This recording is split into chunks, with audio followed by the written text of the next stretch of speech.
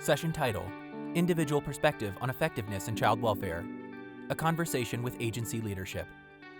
Hello again, everyone. I'm Rebecca Jones Gaston with the state of Maryland, and I have the pleasure of talking about evidence from a child welfare leader perspective. And so I'm going to talk a little bit about why it's really important for us as child welfare leaders, and also then how do we do it.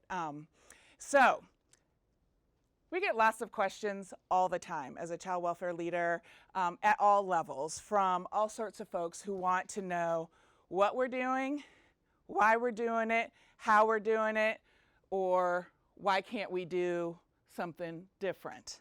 And so we've had those questions that we've had to answer related to the 4E waivers for those states that went forward with those, related to our CFSR, our PIPs, and the upcoming opportunity under Family First. Lots of questions about how, why, what, when, and why not. And so as a leader, we have to figure out how to sort through all of the questions. But I think what's really important for us in leadership is figuring out the where.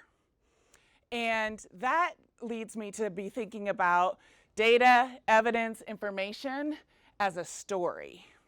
And what is the story that we want to tell, and what is the map and for the path that we need to do or follow to get to where we believe we need to be as a system. And so the first place we start is what is going on with our own system, our own agency. What's happening? What is it that the numbers are telling us? But sometimes, even more importantly, what is it that our workforce is telling us? What is it that our communities are telling us? Our fellow agencies and partners, and probably the most important is our families, children, and youth that we're working with and on behalf of. And so we need to talk to each other and figure out what's going on, and somewhere in the middle there's kind of what the reality is and the picture of where we are. And then what we need to do together is think about where is it that we want to be collectively, and put a stake in the ground, a line in the sand, however you phrase it, and say, okay, so how do we get here? And then it's a series of questions. And that, for me, is what I find really is what, when we're talking about evidence, data, and information, it's what are the questions that we're asking, what are the answers that we need to make decisions, and what are the additional questions that we need to be asking. And so thinking about that, we as agencies and systems, we have lots of rules. In case you haven't noticed, there are lots of rules. And there's lots of rules about what we are supposed to do, what we have to do, and probably even more rules about what we can't do. And so in child welfare, we can't share information about what's happening in our system. From education, we can't share information about the education information related to kids. For juvenile services, we can't share information about what's happening with children being served in juvenile services. And from communities, sometimes it is we can't share information because we don't know what you're going to do with it. And so we need to be able to have the conversations that sorts through all of that, and also push ourselves to not be allowed to be stuck in the barrier and just say, oh, well, we can't do it. Because guess what? There are all sorts of things in our systems that are working towards trying to align and remove some of the barriers. So we've got to figure it out. We've got Family First coming. We've had the Educational Stability and Success Act happening. We have the CWIS, and it's the acronym Comprehensive Child Welfare Information System. So those really technical sort of things are pushing us in our field to be thinking about how are we actually engaging with each other, our stakeholders, and our partners differently. We need to know all of this, not just because it's interesting, although it oftentimes is, but we have limited resources. We have limited money. We have limited staffing. We have limited capacity to actually do some of the things that we're talking about. And you heard Alicia talk about all the various things that go into levels of evidence and practices. And they oftentimes don't align with what our workforce and our community partners are actually set up to be able to do. And so those are really important questions. And the bottom line is we still have some compliance requirements. We have to be able to be accountable for what we're getting from our federal partners, from our state partners. How are we using the resources that we're having? And then how can we actually answer those questions that I listed earlier in regards to what are we doing, how are we doing it, why are we doing it, and why not? And also when. There's always the when. And so if you don't take anything else away from the conversation today, I think we need to land really confidently on, we can't do any of this without having lived experience at the table with us, actually saying what's needed and driving what those decisions and questions are. And so I want to share a little bit of an example of some of the things that we've been doing in Maryland. I'm a very visual person.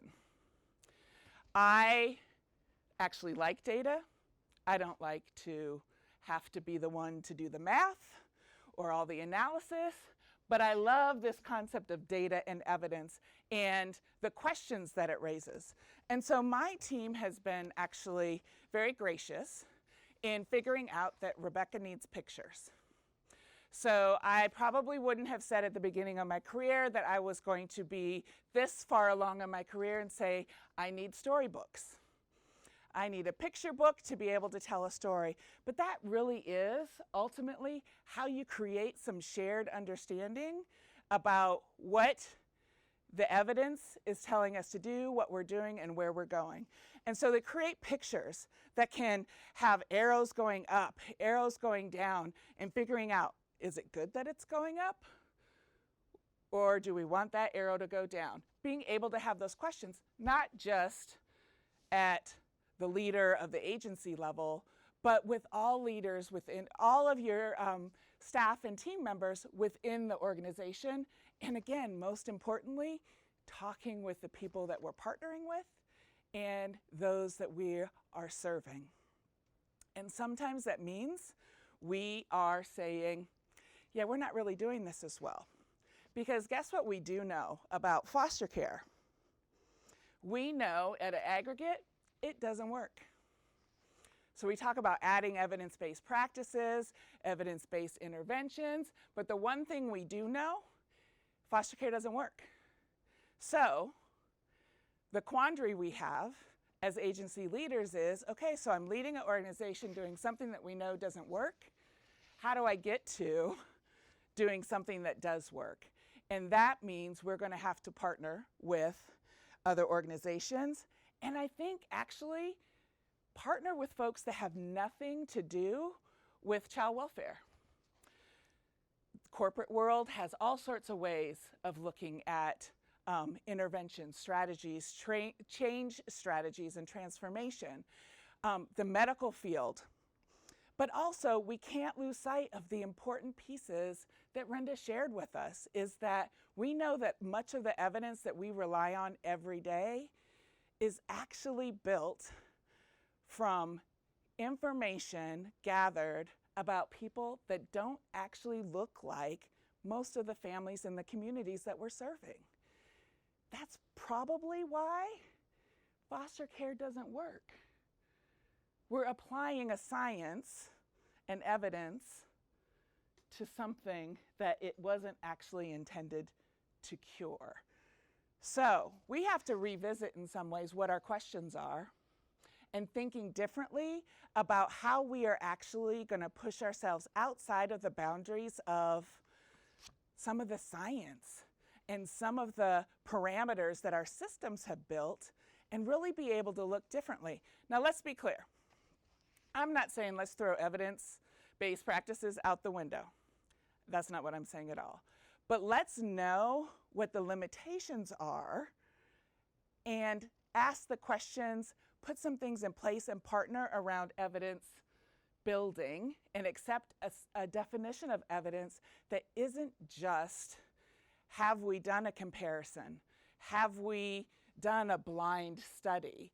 Because what we know, which is really how child welfare field grew, is there are a lot of promising practices out there that sit within communities, sit within other organizations, sit within families